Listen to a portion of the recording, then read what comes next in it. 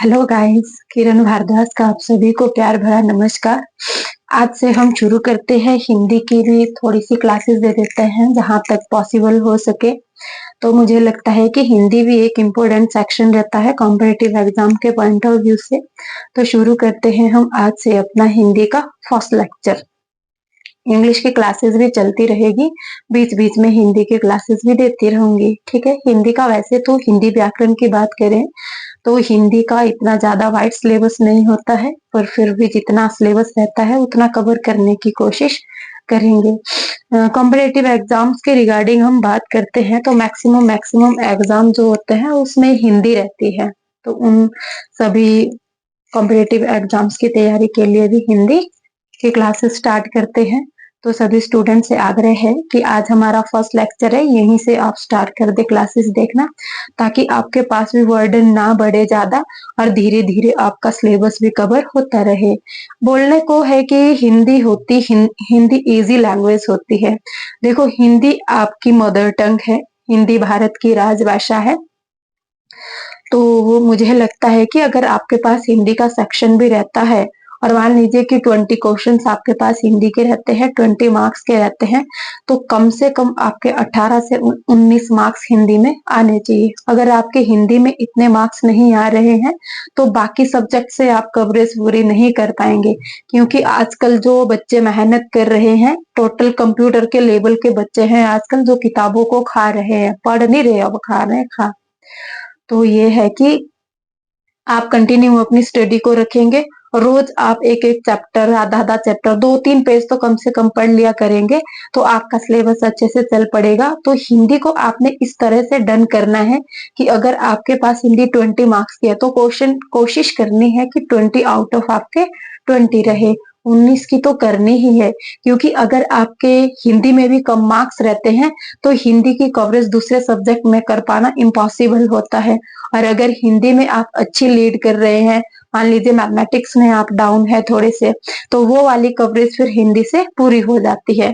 तो आपको ध्यान रखना है कि हिंदी को आप इजी ना समझ के हिंदी को डीप करना है, पूरा पढ़ना है। ठीक है।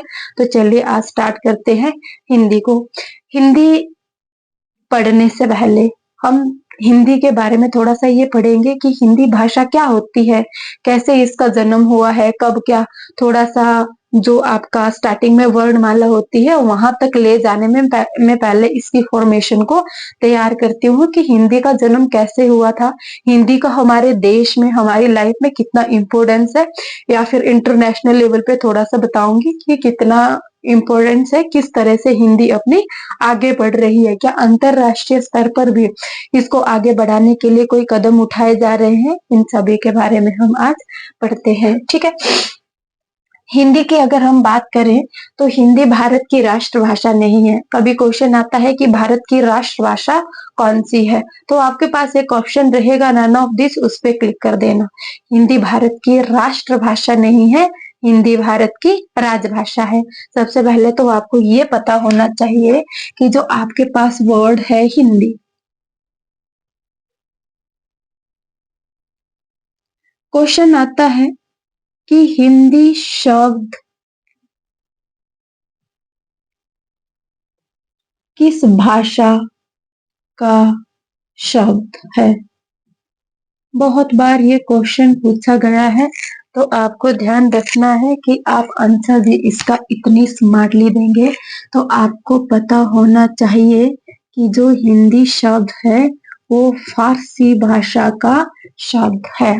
फारसी भाषा को पहले पुराने जमाने में इसको परिशिया कहा जाता था, तो हो सकता है आपके पास परिशियन दे दे, या फिर आपके पास फारसी भाषा का अगर होगा तब तो आप कर देंगे, अगर परिशिया का होगा या परिशियन होगा तो कंफ्यूज आपको जरा भी नहीं होना है। वो भी इसी को, इंग्लिश और हिंदी की थोड़ी सी फर्क है, फारसी बोलते हैं और इंग्लिश में इसको परिशिया कहा जाता था पुराने जमाने में। तो सबसे पहला तो आपका ये क्वेश्चन रेडी हो गया। आपने बहुत बार इस क्वेश्चन को देखा होगा कि मैक्सिमम टाइम्स ये क्वेश्चन रहता है। तो हिंदी कौन सी भाषा का शब्द है? फारसी भाषा का शब्द है। अब बात करते हैं इंडिया लेवल और इंटरनेशनल लेवल पे कि जो हिंदी भाषा का महत्व है वो कितना है। तो सबसे पहले हम पढ़ेंगे कि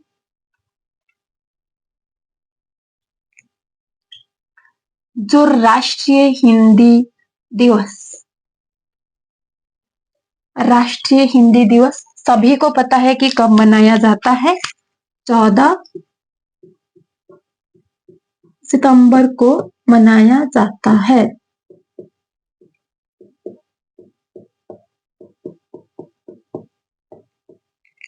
अब लॉजिक आपको पता होना चाहिए कि जो आपका हिंदी दिवस है वो 14 सितंबर को ही क्यों मनाया जाता है।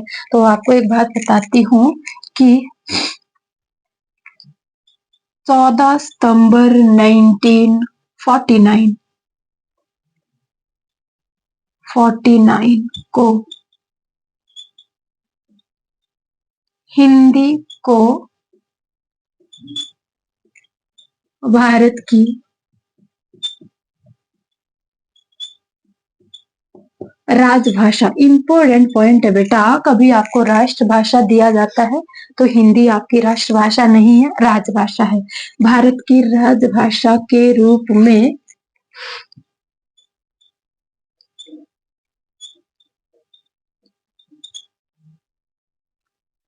स्वीकार किया गया था। मोस्ट इम्पोर्टेंट पॉइंट है, आपको याद रखना है। 14 सितंबर 1949 को किसे हिंदी को राजभाषा के रूप में स्वीकार किया गया था। देखो अगर हम बात करें तो जो महात्मा गांधी थे उन्होंने 1917 में एक प्रस्ताव रखा था जिसमें ये कहा गया था कि हिंदी को भारत की राजभाषा घोषित किया जाए, पर उस टाइम ये नहीं किया गया था, घोषित नहीं कर पाए थे। ये लंबा सफर चला हिंदी को राजभाषा के रूप में एक नाम देने के लिए। अब होता क्या है कि जैसे आपको पता है कि भारत की अगर हम बात करते हैं तो भारत में डिफरेंट डिफरेंट भाषाएं बोली जाती है, डिफरेंट डिफरेंट लैंग्वेजेस बोली जाती है। और इन सभी भाषाओं को, जैसे मान लीजिए हम पहाड़ी है तो हम बोले कि जो पहाड़ी भाषा को है वो हिमाचल की राज्य भाषा घोषित किया जाए, मान लीजिए, ठीक है। तो अब हम यहाँ से हम पहाड़ी बोलते हैं, जो क्षेत्र आपका पंजाब के साथ लगता है वो पंजाबी बोलते हैं। तो हो सकता है वो फिर से वहां पे कोई आंदोलन क्रिएट कर दे कि नहीं, जो हिमाचल की राजभाषा है वो पंजाबी होनी चाहिए। तो भारत का भी यही संघर्ष था कि हिंदी को राजभाषा बनाने के लिए बाकी जो लोग भाषाएं बोलते थे, नीचे आप साउथ में जाएंगे और इधर ईस्ट में जाएंगे तो ईस्ट वाले अंग्रेजी बोलते हैं, नीचे साउथ में जाएंगे आप तो वहां पे भी अपनी मलयालम भाषा वगैरह, तमिल, आपको पता है तमिलनाडु में कितना बड़ा आंदोलन हुआ था भाषा को लेकर।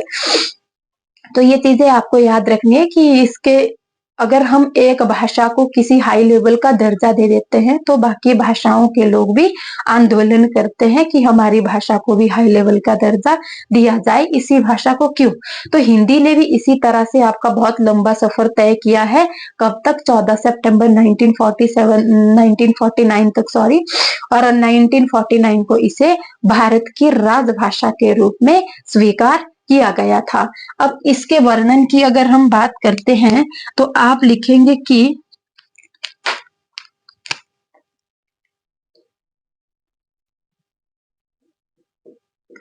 भारतीय संविधान के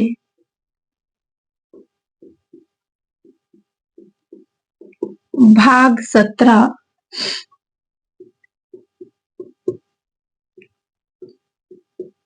8वीं अनुसूची तथा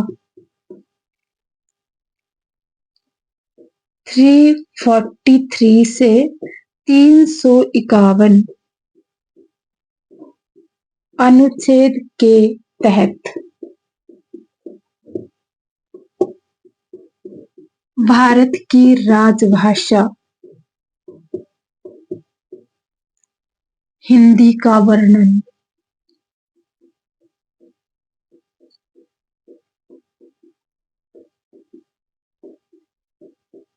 किया गया है। अब आपको ध्यान रखना है यहाँ पे कि 343 से 351 के तहत इसका वर्णन किया गया है। और इसका वर्णन की अगर हम बात करें तो जो आपका आर्टिकल अनुच्छेद जो मैंने यहाँ पे लिखा 343(1), ये क्या कहता है, ये बोलता है कि भारत की राजभाषा हिंदी तथा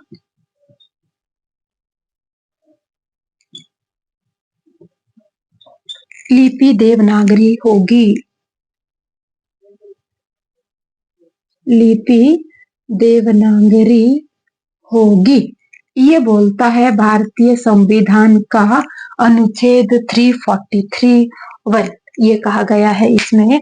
अब इसके कहने का मतलब ये है कि जो भारत की राजभाषा हिंदी है ना, वो कौन सी हिंदी होगी? वही हिंदी जो देवनागरी लिपि में लिखी जाती है, वही भारत की राजभाषा होगी। तो आपको ध्यान रखना, ये आर्टिकल 343 में लिखा गया है। अब इसका जो वर्णन है वो तो मैंने बता दिया कि 51 तक है, 351 आर्टिकल तक है। अब यहाँ से आगे क्या है? यहाँ से आगे बेटा आपका जो आयोग इसके लिए स्थापित किया गया है, 5 वर्षों तक इसका एक आयोग की स्थापना की जाती है।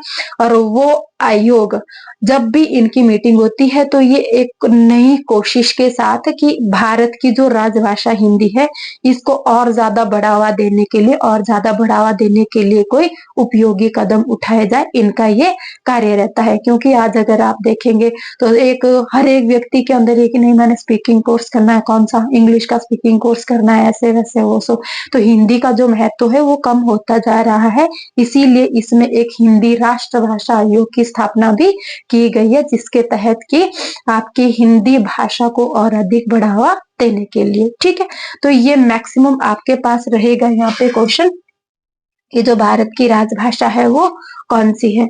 अगर आप संसदीय कार्यों की बात करते हैं, में भी आपका आर्टिकल 120 कहता है कि जो भारत में संसदीय कार्यवाही होती है, संसद की जो कार्यवाही होती है उसके लिए कौन कौन सी भाषाएं दी गई है। ऐसे ही मैं आपको बोल रही हूँ, आप लिखना चाहो तो लिख लेना।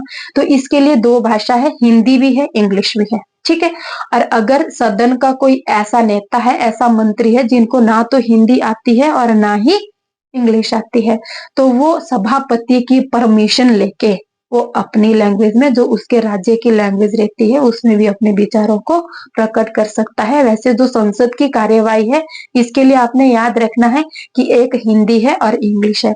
नेक्स्ट आपसे क्वेश्चन पूछा जाता है कि जो सर्वोच्च न्यायालय की कार्यवाही है उसके लिए उपयुक्त भाषा कौन सी रहती है, या इनकी जो कार्यकारी भाषा है वो कौन सी रहती है। कार्यवाही की जो भाषा रहती है, तो सर्वोच्च न्यायालय की जो कार्रवाई है वो अंग्रेजी भाषा में होती है। इतना आपको याद रखना है।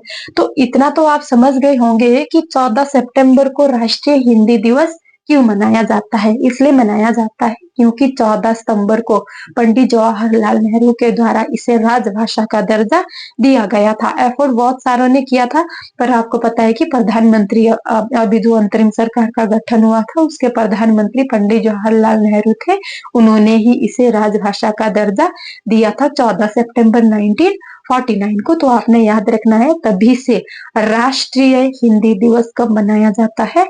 14 सितंबर को मनाया जाता है। ठीक है, इसका अगर आप स्क्रीनशॉट लेना चाहते हैं तो ले सकते हैं, अदरवाइज मुझे और आगे बढ़ना है यहाँ से।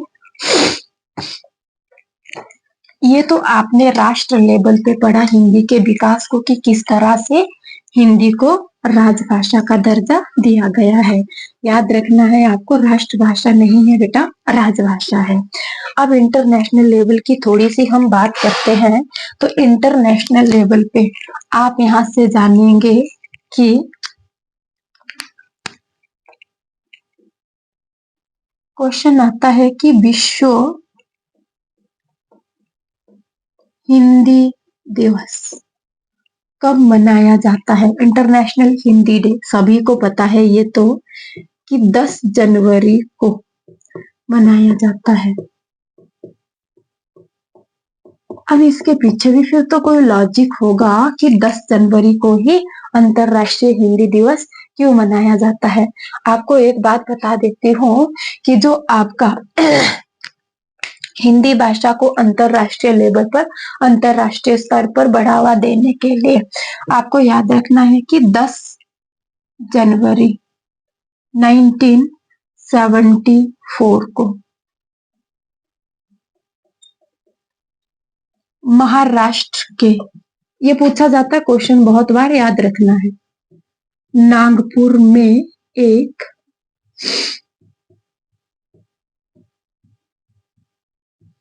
सम्मेलन आयोजित किया गया था।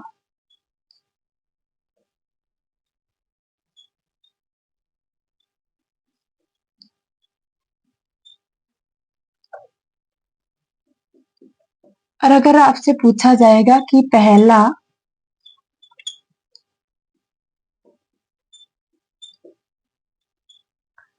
अंतरराष्ट्रीय हिंदी सम्मेलन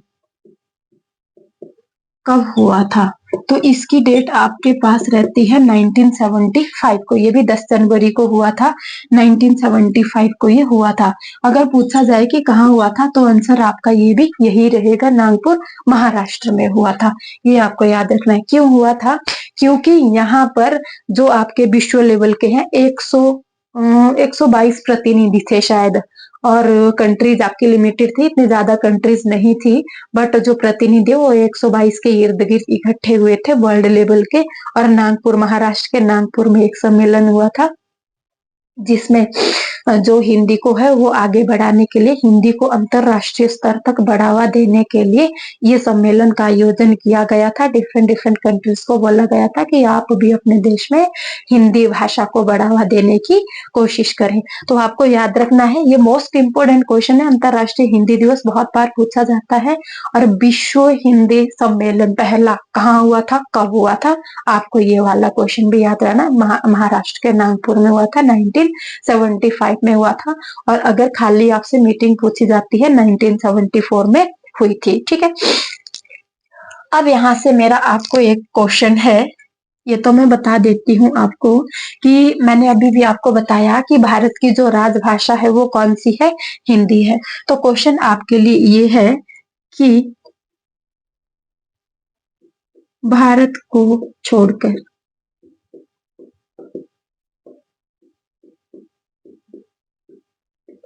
विश्व का ऐसा देश जिसकी ये राजभाषा हिंदी है। मोस्ट इंपोर्टेंट क्वेश्चन है, जिसकी राजभाषा हिंदी है वो कौन सा है। देश का नाम तो मैं आपको बता देती हूँ कि देश का नाम आपके पास फिजी है, ये फिजी। और क्वेश्चन आपको आगे है कि ये वाला जो देश है ये आपने वर्ल्ड मैप में बताना है, वर्ल्ड मैप में कि ये कौन से कॉन्टिनेंट में है। कॉन्टिनेंट बताना है आपको खाली, कि जो फिजी कंट्री है वो कौन से कॉन्टिनेंट में है। और अगर आप इर्द गिर्द का थोड़ा सा एरिया बता दो, हो सकता है ये किसी ओशियन में हो, कॉन्टिनेंट में हो, कहाँ हो, ये आपको ढूंढना है कि फिजी कंट्री कहाँ सी है। ये आपको मुझे कमेंट बॉक्स में आंसर का रिप्लाई करना है कि फिजी देश। और ये याद रखना है, जो फिजी है वो भारत को छोड़कर एकमात्र ऐसा देश है जहाँ की राजभाषा हिंदी है, जिस तरह की भारत की राजभाषा है। मोस्ट इंपोर्टेंट क्वेश्चन है, ये आपको याद रखना है।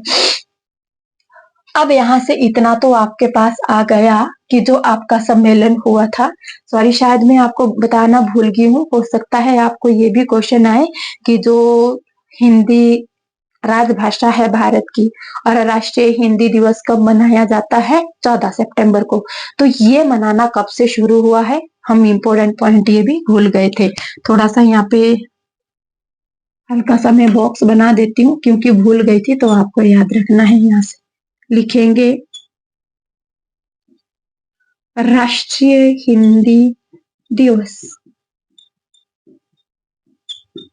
1953 है, ये 1953 से मनाना याद रखना बेटा, मोस्ट इंपोर्टेंट क्वेश्चन है। आरंभ हुआ था, ये ईयर आता है ना कि कौन से लेवल का हिंदी दिवस मनाया गया। अगर आपको ये वाला याद है तो आगे भी आप आंसर कर सकते हैं, ये थोड़ा ही। अब यहां से आता है हमारे पास क्वेश्चन की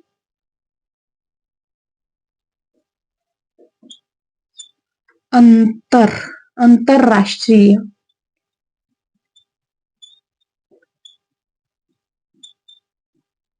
जो आपका अंतरराष्ट्रीय हिंदी दिवस मनाया गया था, ये कब से मनाना शुरू हुआ था। अब हमें इसके बारे में पढ़ना है कि क्या तभी से हुआ था जब इसका सम्मेलन नागपुर में हुआ था, या फिर इसे बाद में मनाया गया था।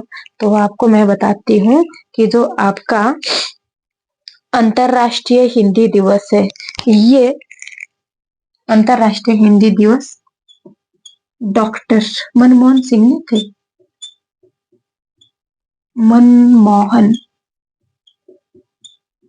डॉक्टर मनमोहन सिंह, आपको पता है कि ये भारत के प्रधानमंत्री रहे थे। अंतरराष्ट्रीय हिंदी दिवस डॉक्टर मनमोहन सिंह के द्वारा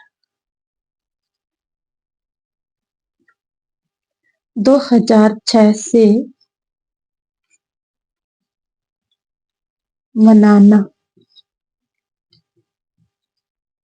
आरंभ किया गया था।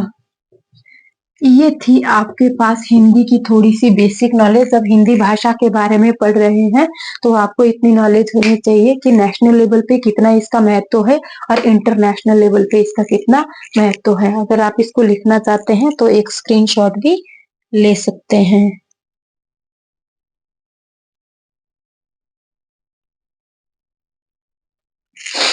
आपने इसका स्क्रीनशॉट ले लिया होगा और हम शुरू करेंगे भाषा को पढ़ना।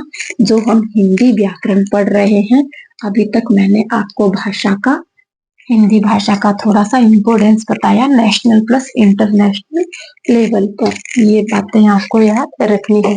अब बात करेंगे हिंदी व्याकरण में, तो सबसे पहले मैं आपको भाषा की डेफिनेशन तो सभी को पता है ना क्या होती है।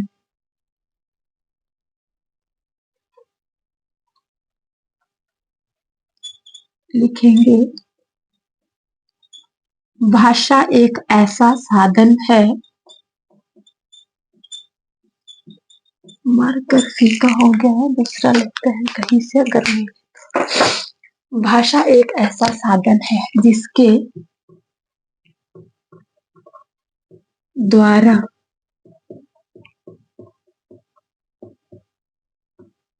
हम अपने मन के, बेटा समझ आना चाहिए आपको, पता नहीं लिखा या है समझ की नहीं, मन के भावों और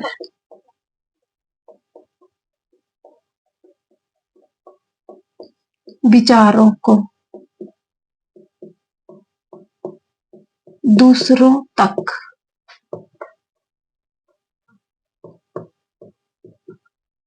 बोलकर या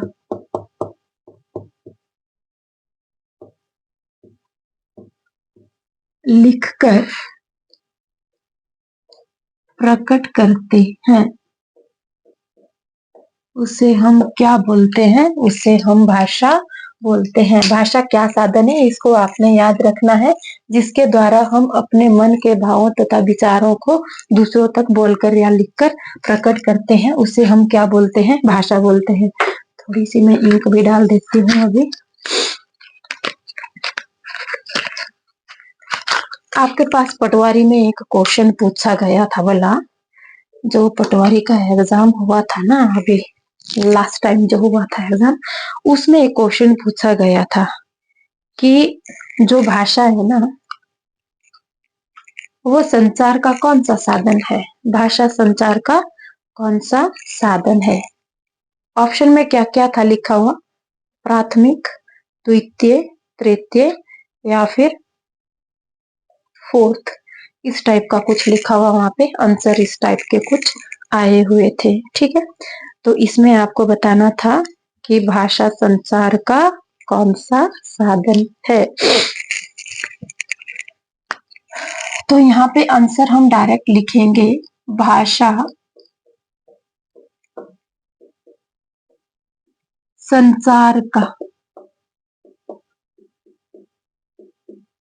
प्राथमिक साधन है। अब कैसे ये प्राथमिक का मतलब होता है प्रथम है। मान लीजिए आपको संचार करना है, संचार का मतलब होता है कम्युनिकेशन, बातचीत, इजी सी लैंग्वेज में बातचीत। मान लीजिए मुझे आपसे बातचीत करनी है और आप हिंदी एक भी नहीं समझते हैं, सारे के सारे जो जितने भी बच्चे हैं उनको हिंदी एक को भी समझ नहीं आती है और मुझे आपसे बातचीत करनी है, तो अगर मैं आपसे हिंदी में बातचीत करूं तो क्या उसका इम्पोर्टेंस रहेगा मेरे लिए? आप मेरी भाषा ना समझो, मैं आपकी भाषा ना समझूं। इसके लिए चीज क्या चाहिए? तो चीज ऐसी होनी चाहिए जो मैं भी समझूं और आप भी समझो। ऐसी लैंग्वेज होनी चाहिए कि जो मैं भी समझती हूँ, आप भी समझते हैं।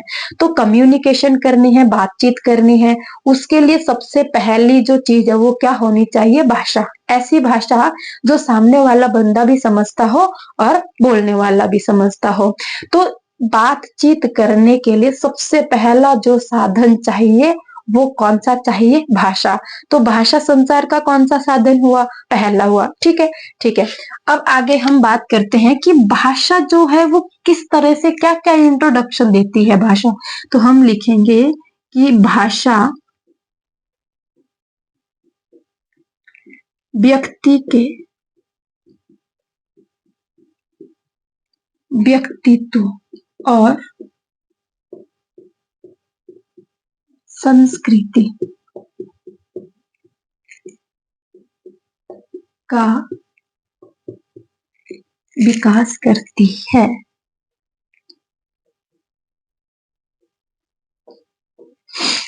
अब देखना, भाषा व्यक्ति के व्यक्तित्व। व्यक्तित्व क्या होता है? किसी का भी करेक्टर, किसी का भी चरित्र, किसी का भी बिहेव। जैसे मान लीजिए मैं आपसे बात कर रही हूँ यहाँ पे, और मैं आपको सबसे पहले आती भी हूँ क्लास में और बोलूंगी कि बदतमीज कहीं के, ऐसे वैसे वो सो, मतलब बहुत आपको भद्दा भद्दा बोलती हूँ। तो आप क्या समझेंगे मेरी व्यक्तित्व के बारे में, मेरी पर्सनालिटी के बारे में? टीचर तो बन गई, इसको भाषा का पता नहीं है कि किस तरह से वर्डिंग यूज होती है, सबसे पहले आके और फिर मैं गाली गलौज करना शुरू कर दूं। तो आपने मेरा व्यक्तित्व देखा कि इनके अंदर तो जरा इतनी सी भी सेंस नहीं है कि सामने वाले बंदे से बात कैसे की जाती है। दूसरी साइड, अगर मैं क्लास में आऊं और सबसे आपको बोलती हूँ, आपको मेरा प्यार भरा नमस्कार, बेटा कैसे हो आप सभी, आपका दिन शुभ हो, मंगलमय हो, तो बाकी ना सही तो आपको इतना तो लगेगा कि नहीं ठीक है, लैंग्वेज तो ठीक है। तो कहाँ से आपने मेरा व्यक्तित्व पहचाना? तो सबसे पहले तो भाषा से पहचाना कि मैं कैसी हूँ, अच्छी हूँ, बुरी हूँ, मेरे बोलने का तरीका क्या है। तो ये मेरी भाषा से डिनोट होता है। दूसरा, मान लीजिए मैं हिमाचल से बिलोंग करती हूँ। अगर मैं हिमाचल से हूँ और मैं कहीं नॉर्थ में चली जाती हूँ, मान लीजिए मैं कर्नाटका चली जाती, ऊपर चली जाती हूँ, जम्मू कश्मीर वगैरह चली जाती हूँ। अब जम्मू कश्मीर अगर मैं जाती हूँ और वहां पे मुझे कोई अपने एरिया का बंदा मिल जाता है जो मुझे नहीं जानता है, आपको पता है कि हिमाचल इतना सा एरिया तो है नहीं, बहुत वाइड एरिया है, और कोई मुझे अपना बंदा मिल जाता है, तो वो बंदा पहले ही मुझे पहचान लेगा कि ये, जैसे हम कम्युनिकेट करेंगे थोड़ा थोड़ा सा, तो कहीं ना कहीं चाहे आप हिंदी बोलो कि इंग्लिश बोलो, उसमें जो अपनी बॉडी लैंग्वेज है वो कहीं ना कहीं आ जाती है। तो सामने वाला बंदा पहले ही बोलेगा क्या आप हिमाचल से बिलोंग करते हैं? शक्ल में नहीं लिखा होता कि ये हिमाचली है, किस में लिखा होता है? भाषा में, बोलने का जो तौर तरीका होता है। अब हम हिमाचलियों की आदत होती है कि हम बोलने से जो ज्यादा है वो थोड़े एक्सप्रेशन छोड़ जाते हैं हाथ के, ऐसे ऐसे करके हम बात करते रहते हैं। तो ये हमारी पहचान होती है, ये हमारी संस्कृति होती है। तो भाषा क्या क्या चीज दिखाती है? एक तो व्यक्तित्व दिखाती है, दूसरा संस्कृति दिखाती है। संस्कृति कौन सी संस्कृति है? पहाड़ी संस्कृति से हो आप, हम पहले ही पता लगा देते हैं कि ये बंदा अपना लग रहा है, थोड़ा सा पहाड़ी संस्कृति का होगा। कहाँ से? बॉडी लैंग्वेज से पता चल जाता है। दूसरा है कि जैसे संस्कृति की अगर हम बात करें तो ये संस्कृति का एक और से विकास भी करती है। कैसे विकास करती है भाषा? कि जैसे मान लीजिए हम ऑल ओवर इंडिया में कहीं पे भी जाए तो पहले ही दिखेगा ये पहाड़ी है, तो जो हम वहां पे 3-4 पहाड़ी भी अगर इकट्ठे हो जाते हैं तो वहां पे अपनी जो एक अलग से कल्चर, अपनी लैंग्वेज में बात करना, तो वो हमारा संस्कृति दिखती है कि नहीं वहां के बंदे यहाँ पे भी है। ठीक है, तो कहीं ना कहीं ये विकास करती है और कहीं ना कहीं व्यक्तित्व की पहचान देती है कि व्यक्तित्व व्यक्ति का कैसा है। याद रखनी है ये चीजें, फिल इन द ब्लैंक्स में पूछी जाती है। ठीक है, लो लेवल के एग्जाम में भी और हाई लेवल के एग्जाम में भी, यहाँ तक आपको याद रखना है। नेक्स्ट आगे हम बात करेंगे, ये तो हम भाषा पढ़ रहे थे, अब हम बात करेंगे थोड़ी सी बोली की, कि बोली किसे कहते हैं। तो हम लिखेंगे यहाँ पे कि क्षेत्र, छोटे लिखना बेटा पहले, छोटे है ये, ठीक है, छोटे क्षेत्र विशेष में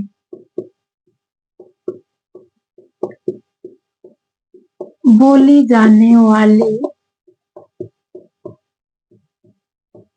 भाषा क्या कहलाती है? बोली कहलाती है। बोली उसको कहते हैं। नेक्स्ट आपके पास आती है उपभाषा। अब उपभाषा किसको कहते हैं? उपभाषा की अगर हम बात करेंगे तो यहाँ पे लिखेंगे कि बोली का क्षेत्र विशेष जब बड़ा हो जाता है तो वह बोली ना रहकर उपभाषा बन जाती है। उपभाषा बन जाती है। यहाँ पे आपको एक नोट डालना है। लिखेंगे कि बोली में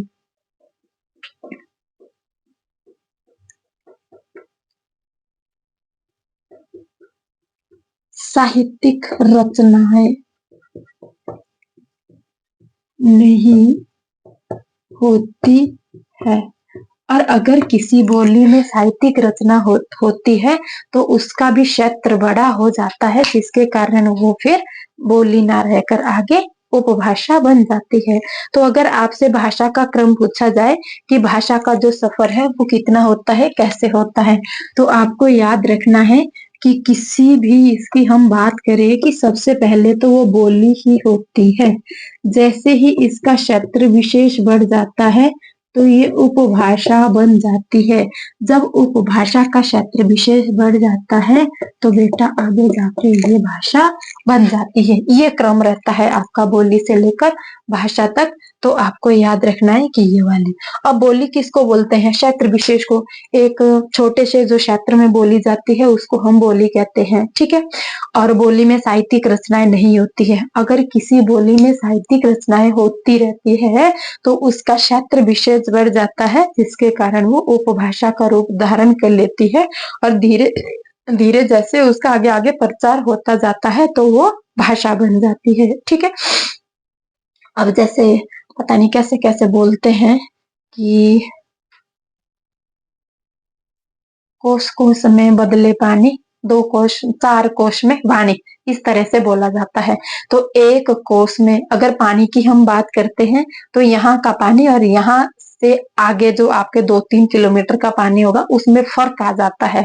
और जब यही डिस्टेंस 10 किलोमीटर का बढ़ जाता है तो 10 किलोमीटर के दायरे के अंदर रहने वाले लोगों की जो बोली में है, जो मतलब हम भाषा बोलते हैं घर में बोली जो होती है उसमें फर्क आ जाता है। तो वही वाली कहावत यहाँ पे भी है। तो आपको याद रखना है कि इस तरह से आपका क्षेत्र इसका भाषा का जो आगे है वो सीक्वेंस चलती है, ठीक है।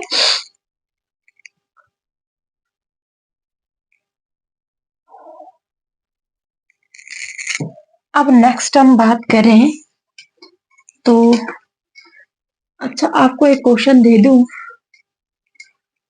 तो आपके लिए मेरा क्वेश्चन है कि भारत को छोड़कर विश्व का ऐसा दूसरा देश जो सबसे ज्यादा हिंदी बोलता है, ये वाला आंसर आपको मुझे करना है। क्या क्वेश्चन बोला? कि भारत को छोड़कर विश्व का दूसरा ऐसा देश जो सबसे ज्यादा हिंदी बोलता है। अब विश्व में बात करें तो सबसे ज्यादा हिंदी तो भारत में बोली जाती है। आपको दूसरा देश बताना है कि दूसरा ऐसा कौन सा देश है जो हिंदी भाषा सबसे अधिक बोलता है, ठीक है। ठीक है, अब भाषा का तो आपका समझ आ गया होगा। नेक्स्ट हम बात करते हैं लिपि। अब लिपि में भी सबसे पहले मीनिंग आ जाता है कि लिपि किसे कहते हैं। तो हम लिखेंगे किसी भी भाषा को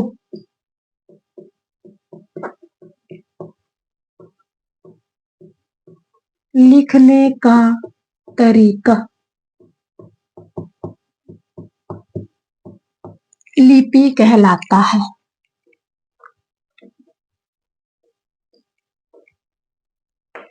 समझ में आया? जैसे मान लीजिए लिपि क्या है, लिखने का तरीका, किसी भी भाषा को लिखने का तरीका। अगर मैं हिंदी लिख रही हूँ तो आपको पता है कि मैं वर्णमाला ये वाली यूज कर रही हूँ, इस वर्णमाला में मैं लिख रही हूँ। अब ये अगर हम बोले कि ये कौन सी भाषा है, हिंदी, कहाँ से पहचाना, लिपि से। ये लिपि कैसे होती है? मान लीजिए मैं इंग्लिश लिखती हूँ तो इंग्लिश में मैं ऐसे लिख सकती हूँ? नहीं लिख सकती। मुझे क्या लिखना पड़ेगा, इंग्लिश की जो लिपि है उसमें लिखना पड़ेगा। ए लिखनी पड़ेगी, बी, सी, आप डी करो बात, कैपिटल स्मॉल लेटर ये वाले।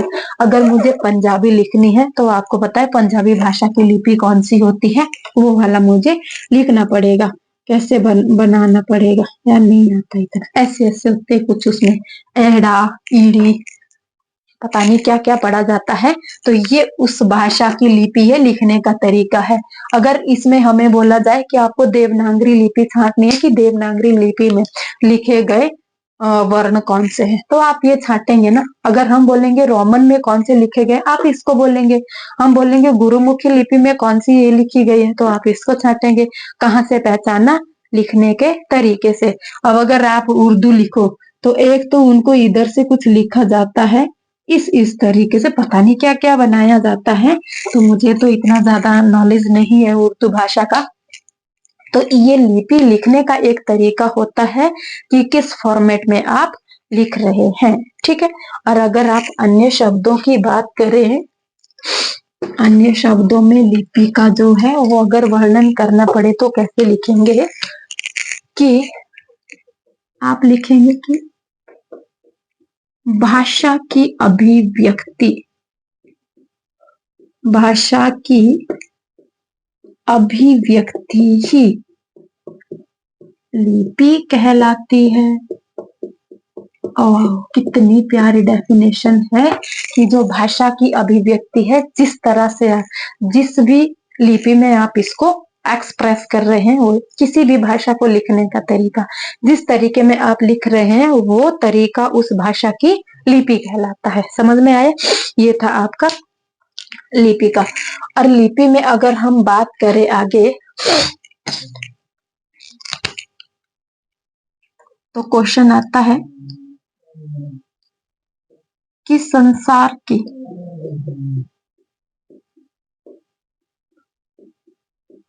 सबसे सुंदर लिपि कौन सी है, क्वेश्चन है ये।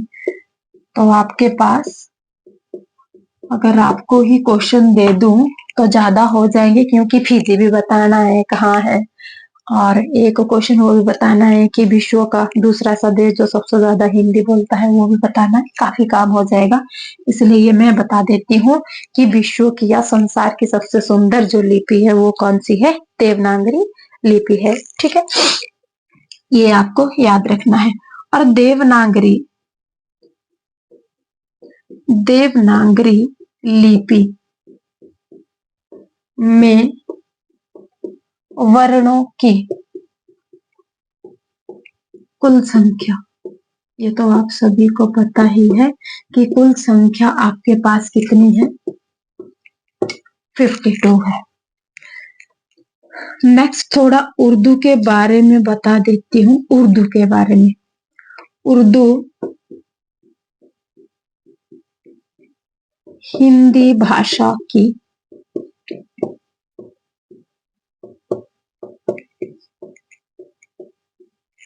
उपभाषा है। उर्दू एक कैसी है, उपभाषा है। इसका जन्म भी हिंदी से ही हुआ है, ये आपको याद रखना है। ये थी कुछ एक जो आपके पास इंपोर्टेंट वर्ड है। एक क्वेश्चन आपको बोला जाता है कि आदि भाषा किसे कहते हैं। आदि तो समझते हैं ना, आदि भाषा किसे कहते हैं। आदि का मतलब होता है सबसे प्राचीनतम भाषा, जो भगवानों की भाषा भी रही है। ये आप सभी को पता है कि सबसे पुरानी भाषा आदि भाषा है संस्कृत, ठीक है। और भाषाओं का क्रम अगर हम आगे बात करें, रेड पेन से मैं लिखती हूँ,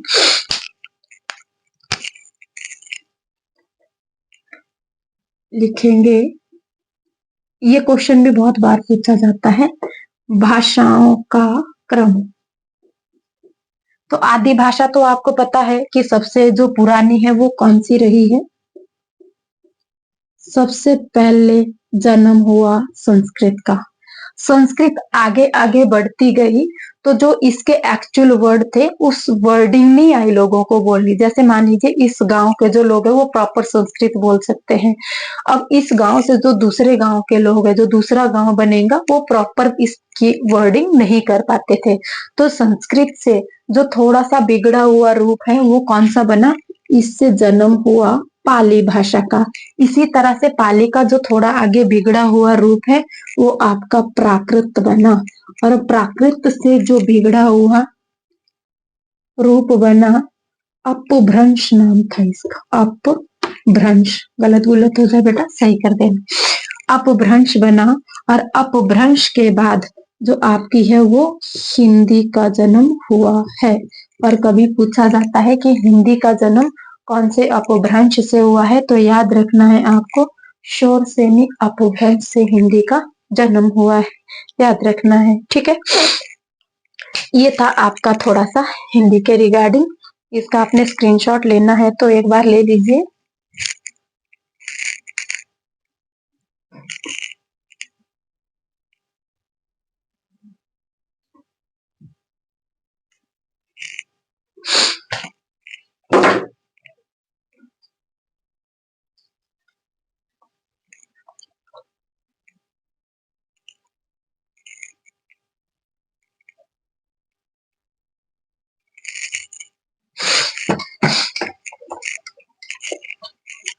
एक क्वेश्चन आपसे और पूछा जाता है, कौन से वाला है वो? ये पूछा जाता है कि आज की हिंदी कैसी हिंदी है। क्या क्वेश्चन आएगा? आज की हिंदी भाषा कैसी हिंदी भाषा है? आंसर होगा मिश्रित हिंदी। और अगर आप बोलेंगे कि है नहीं जी मिश्रित हिंदी, हम तो प्योर बोलते हैं, तो अगर बात करें कि आप कैसे बोलेंगे, मुझे ऑफिस जाना है, मुझे जाना है, ये तो माना ऑफिस क्या है? ऑफिस हिंदी का शब्द नहीं है, किसका है? अंग्रेजी भाषा का है। तो आज की जो हिंदी है वो मिश्रित हिंदी है। इसमें बहुत सारे देशों के वर्ड्स घुले मिले, फारसी के हैं, पुर्तगाल के हैं, चाइनी के। मुझे चाय पीनी है, चाय किस भाषा का शब्द है? पता है ना आपको, चाइनीज भाषा का शब्द है। तो हम जो आज की हिंदी बोलते हैं वो कैसे वाली हिंदी है? मिश्रित हिंदी है। थोड़ी सी बात यहाँ पे कर लेते हैं, लिपि लिखा देते हैं कि किस भाषा की लिपि कौन सी है। इधर आप भाषा लिखेंगे और इधर लिपि की बात करेंगे। ठीक है, सबसे पहले आपके पास है भाषाएं हैं, हिंदी, संस्कृत और मराठी। इन तीनों भाषाओं की जो लिपि है वो देवनागरी है। पंजाबी भाषा की लिपि आपको पता है सभी को। पंजाबी भाषा की लिपि की गुरुमुखी है। और नेक्स्ट आपके पास भाषा है उर्दू। उर्दू उर्दू भाषा की जो लिपि है, ये भी बहुत बार पूछा गया है, याद रखना है। फारसी। और फोर्थ में आपके पास है अंग्रेजी, जर्मन, फ्रेंच, स्पेनिश। इनकी जो लिपि है वो कौन सी है? याद रखना है, इन्हें रोमन लिपि में लिखा जाता है। और फिफ्थ में आपकी पहाड़ी भाषा की लिपि बहुत बार पूछा जाता है, जिसे हम टांगरी कहते हैं। कंटिन्यू आप नोट्स बनाते रहिए, इसको ऐसे नहीं करना है कि नहीं याद छोड़ देती हूँ कल, इस तरह से तो फिर मैंने बताया ना आपको, वही फिर आपकी किताब बन जाएगी एक। फिर नोटबुक ना रहकर बुक रह जाएगी। मैंने बिल्कुल शॉर्टकट लिखा है, जो इम्पोर्टेंट है आपके एग्जाम के पॉइंट ऑफ व्यू से, आपको वही मैंने करवाया है। ठीक है, इसके बाद आता है हमारा व्याकरण।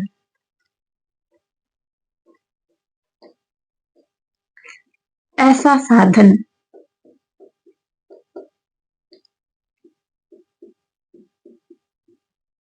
जिसके द्वारा हम भाषा के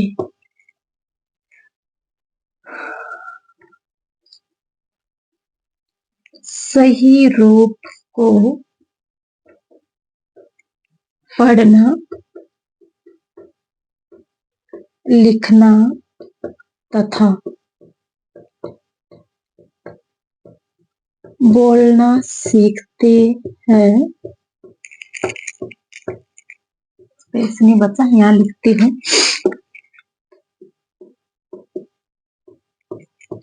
व्याकरण कहलाता है। ये आपको याद रखना है, ये है। अब नेक्स्ट जो मैं चैप्टर दूंगी वो वर्णमाला पे पहुंच चुकी हूँ मैं, वर्णमाला तक फॉर्मेशन मैंने रख दी है। अब आपको याद रखना है, और ये वाले जो जितने भी आज क्वेश्चंस कराए वो आपको याद रखने, सारे के सारे बहुत इंपॉर्टेंट क्वेश्चन है, बकवास कहीं पे भी नहीं है। अगर हिंदी की मैं बात करूं, जितना बताया इंटरनेशनल लेवल पे बताया, नेशनल लेवल पे कहीं ना कहीं जीएस के सेक्शन में भी आपको इम्पोर्टेंट रोल प्ले करेगी। तो आज की क्लास में भी यही समाप्त करते हैं। लिखेंगे कि हिंदी की पहली क्लास आपको कैसी लगी, क्या आपको ये सारे के सारे क्वेश्चंस ऑलरेडी आते थे, या आपको इसमें कोई न्यू मटेरियल भी मिला, कुछ आपको सीखने को मिला? प्लीज कमेंट में एक बार जरूर बताना है। Thanks and good night to all.